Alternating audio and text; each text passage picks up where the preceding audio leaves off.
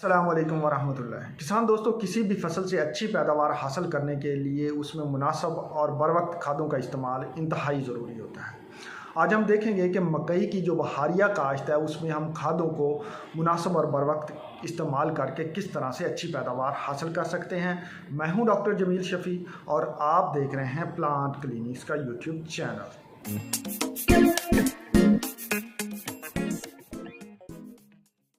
किसी भी फसल से अच्छी पैदावार हासिल करने के लिए एक बेहतरीन फर्टिलाइज़र प्लान बहुत ज़्यादा ज़रूरी होता है। आज की वीडियो में हम इसी पे बात करेंगे और ये फर्टिलाइज़र प्लान या इसमें जो दी जाने वाली रिकमेंडेशन है वो मेरे ज़ाती तजर्बे या मेरे राब्ते में रहने वाले किसानों के तजर्बात से माखूज़ है और उसको मद्देनज़र रखते हुए मैं आप लोगों के सामने पेश करने जा रहा हूँ। ये जो फर्टिलाइज़र प्लान हम प्लान करने जा रहे हैं इसमें हमारा ऑब्जेक्टिव है 130 से 140 मन के दरमियान पैदावार हासिल करना। बहारिया मक्की में जो है वो काफ़ी अच्छी पैदावार हासिल हो सकती है अगर आप अपने फर्टिलाइज़र प्लान को अच्छी तरह से मैनेज कर सकें। तो दोस्तों, सबसे पहली चीज़ जो मैं आपको कहूँगा, अच्छी पैदावार हासिल करने के लिए आपने एक अच्छे बीज की सिलेक्शन करनी है। अपने ज़ाती तजर्बे या अपने किसानों से हासिल होने वाले तजर्बे से या उनके व्यूज़ को मद्देनज़र रखते हुए मैं अगर आपको कहूँ कि कौन से अच्छे बीज हो सकते हैं तो DK 6724 या फिर 6317 काश्त कर लें।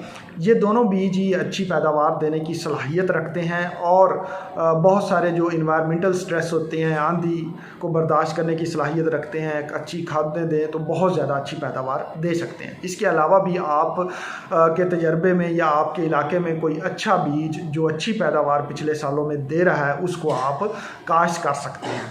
तो दोस्तों, अब आते हैं कि काश्त का बेहतरीन वक्त कौन सा हो सकता है। तो दोस्तों, बहारिया मक्की में जो बेहतरीन पैदावार हासिल करने के लिए ज़रूरी है कि हम काश्त 20 जनवरी से लेकर 5 फरवरी तक मुकम्मल कर लें। इससे हमारी जो फसल है वो गर्मी की वजह से जो स्ट्रेस आता है फसल पे जब छल्ली लगती है तो उससे काफ़ी हद तक महफूज रह जाती है। अब जब आपने काश्त करनी है, चूँकि ये सर्दियों में काश्त हो रही होती है, अगर आप बेड्स बना रहे हैं तो बेड्स आपने शुमालन जनूबन बनाने और फिर उनकी दोनों अतराफ में आपने बीज काश्त कर देना है। अगर प्लांटर के ज़रिए आप काश्त कर रहे हैं तो वो साथ में बेड्स भी बनाता है, तो शर्कन गरबन की बजाय आपने शुमालन जनूबन बेड्स बनाने हैं। अगर सिंगल खेल पे अगर आप काश्त करना चाहते हैं तो उस सिंगल खेल को आपने शर्कन गरबन बनाना है और उसके जनूब वाली साइड पे बीज काश्त करना है।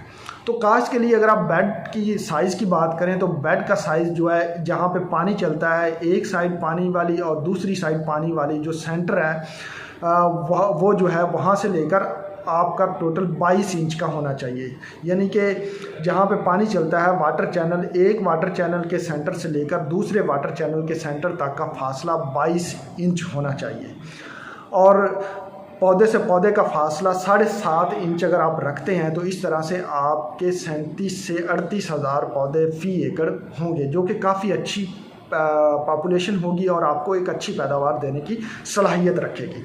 अब हम आ जाते हैं कि खादों के इस्तेमाल पे। दोस्तों, मैं ये जो खादों का प्लान दे रहा हूँ, जैसे कि मैंने बताया कि मेरे ज़हन में है कि मैंने 130 से 140 मन पैदावार लेनी है और अपनी ज़मीन को मद्देनज़र रखते हुए, अपने तजर्बात को मद्देनज़र रखते हुए और अपने किसानों जिन्होंने इस रेंज में पैदावार ली है उनके तजर्बे को मद्देनज़र रखते हुए आपके सामने रख रहा हूँ। तो दोस्तों, आपने काश्त करा देनी है। काश्त कराते वक्त कोई फर्टिलाइज़र इस्तेमाल ना करें। जब आपने चोए वाला पानी देना है, यानी कि काश्त करने के बाद जो पहला पानी आप देंगे, जिसको हमारे इलाके में चोया कहते हैं, उसमें आपने 1 बोरी DAP और साथ में 50 किलो SOP। अगर SOP नहीं अफोर्ड कर सकते तो 1 बोरी MOP भी इस्तेमाल कर सकते हैं, लेकिन उस सूरत में जब आपके पानी में क्लोराइड का मसला ना हो, आपकी ज़मीन बहुत अच्छी है, उसमें ड्रेनेज बहुत अच्छी है, तो फिर MOP को इस्तेमाल करें। बसूरत दीगर आपने SOP को प्रेफर करना है। SOP के रिज़ल्ट हमेशा MOP की निस्बत अच्छे आते हैं। तो काश्त के बाद जो पहला पानी लगाना है, चाहे उस वक़्त जर्मिनेशन नहीं भी हुई, तो आपने चोए वाले पानी पे 1 बोरी DAP और 50 किलो SOP उसमें केरा कर देनी है। अब हम आ जाते हैं अगले फर्टिलाइज़र प्लान पे। यहाँ पे आमतौर पर जो 130 मन पैदावार हासिल करने के लिए हमें 2 से 2.5 बोरी DAP को इस्तेमाल करना पड़ता है, लेकिन मैंने यहाँ पे 1 बोरी DAP का ख़र्चा बचाया है, जिसको मैंने उस 1 बोरी DAP के ख़र्चे को इस्तेमाल करते हुए मैंने 2 एकड़ को जो है वो मैनेज करना है। तो दोस्तों, अब हम जो फर्टिलाइज़र प्लान को मैनेज करने जा रहे हैं उसमें जब आपकी फसल 3 पत्तों पे आएगी तो उस वक़्त आपने 1 बोरी यूरिया और साथ में 7.5 किलो फास्फोरिक एसिड मिक्स करके ड्रम में फ्लड करवाना है। ये एक बहुत अच्छा मिक्सचर बनेगा, यूरिया की अफादियत को भी बेहतर बनाएगा और आपकी जो DAP है उसको फिक्स भी नहीं होने देगा, और फास्फोरिक एसिड में मौजूद जो फास्फोरस है वो पौधों को फ़ौरन मिलती है, ये फिक्स नहीं होती। DAP में जो फास्फोरस है वो कुछ दिनों के बाद पौधों को मिलना शुरू होती है, जबकि फास्फोरिक एसिड की जो फास्फोरस है वो फ़ौरन पौधों को मिलना शुरू होती है और ये फिक्स भी नहीं होती, और यूरिया की अफादियत को भी बेहतर बनाती है। अब ये हो गया। अब जब आपकी फसल जो है वो 6 पत्तों की स्टेज पे आएगी तो उस स्टेज पे आपने दोबारा से 6 पत्तों की स्टेज पे 1 बोरी यूरिया और 2 किलो सल्फ़र को मिक्स करके ड्रम में फ्लड कर देना है। अब 9 पत्तों की स्टेज पे आपने दोबारा से 1 बोरी यूरिया और साथ में 5 किलो फास्फोरिक एसिड को दोबारा से मिक्स करना है ड्रम में और फ्लड कर देना है। इस तरह से जो यूरिया है उसकी अफादियत बेहतर होती जाती है। याद रखें, मैं यूरिया को अकेला इस्तेमाल नहीं करवा रहा हूँ, क्योंकि अकेला यूरिया इस्तेमाल करने से बहुत ज़्यादा यूरिया ज़ाया हो जाता है। अब हम आ जाते हैं 12 पत्तों की स्टेज पे। 12 पत्तों की स्टेज वो होती है जिसके तकरीबन 1 हफ्ते के बाद जो है वो हमारा टैसल जो है या सिट्टा जो है मकई का वो निकल आता है। तो उस स्टेज पे आपने 1 बोरी यूरिया दोबारा से उसको 5 किलो फास्फोरिक एसिड के साथ मिक्स करके फ्लड कर देनी है। यूँ आपका फर्टिलाइज़र प्लान जो है वो मुकम्मल हो जाएगा। तो आपने यहाँ पे 1 बोरी DAP को बचाते हुए उस DAP के जो 10,000 की आ रही है उसमें आपने 17.5 किलो फास्फोरिक एसिड को ख़रीदना है और उसको इस्तेमाल करना है। 3 स्प्लिट्स में आपको 2 से 2.5 बोरी DAP का जो अफादियत है वो मिल जाएगी। तो दोस्तों, ये एक छोटा सा फर्टिलाइज़र प्लान था जो मैंने आप लोगों के लिए अरेंज किया है, और इस फर्टिलाइज़र प्लान को अगर आप फॉलो करते हैं तो आपको 2 से 2.5 बोरी DAP वाला जो है वो रिज़ल्ट मिलेगा और ख़र्चा भी आपका आधा हो जाएगा।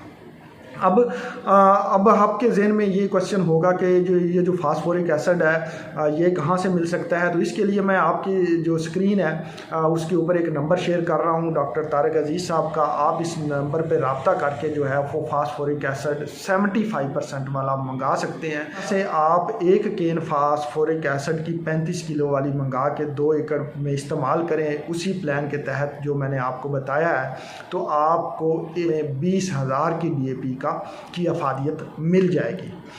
दोस्तों, मैं उम्मीद करता हूं कि इस मालूमात की मदद से आप कम खर्चे में ज़्यादा पैदावार हासिल करने के काबिल हो पाएंगे।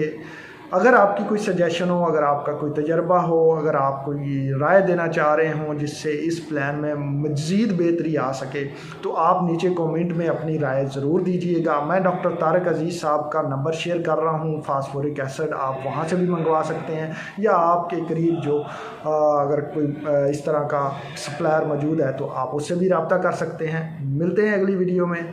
दुआओं में याद रखिएगा। अल्लाह हाफिज़।